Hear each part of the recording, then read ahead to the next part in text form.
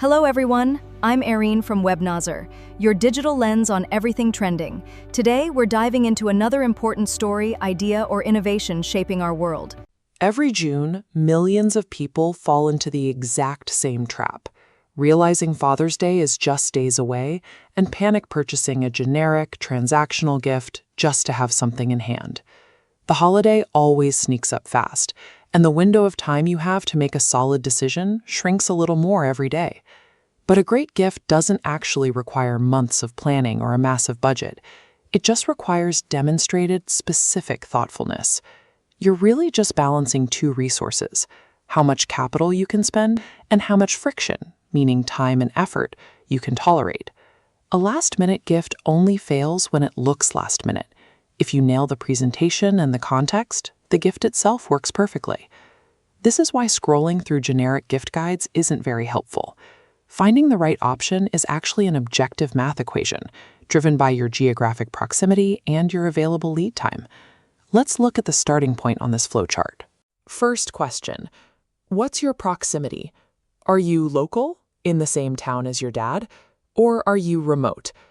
Once you establish your geography, the branches split again based on your available time and your budget.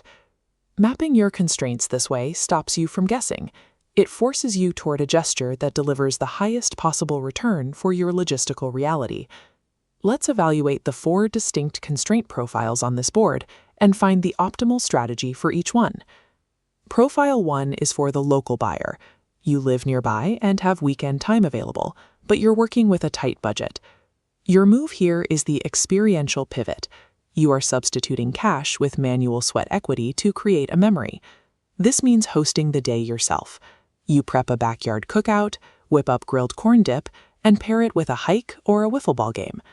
By doing this, you bypass purchasing physical clutter for his garage, and you save money. The trade-off is you're entirely on the hook for grocery shopping, setup, and cooking labor. Keep in mind, this path only succeeds if your dad enjoys an afternoon on his feet and is open to a non-traditional barbecue menu. But if he is, deploying your own sweat equity into his afternoon creates a high-value memory that vastly outperforms a cheap store-bought object. Profile 2 addresses the long-distance reality.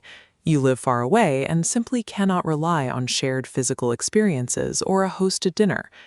Here, your best tool is the digital sentiment strategy. You bridge the geographic gap by coordinating a crowdsourced video from the extended family or by shipping him a digital picture frame preloaded with distributed family photos. On our comparison matrix, the digital sentiment strategy has specific variables. It lets family nationwide create a permanent, highly emotional keepsake. But the friction is logistical. You must constantly chase down uploads and rely on your dad being tech literate enough to view the final product. When proximity is 0, connection becomes the premium currency.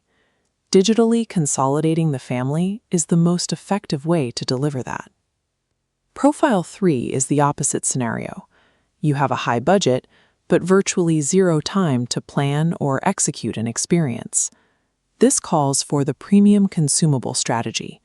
You order an expedited specialty bundle, like overnight New York food boxes, curated premium grilling kits, or a luxury coffee subscription.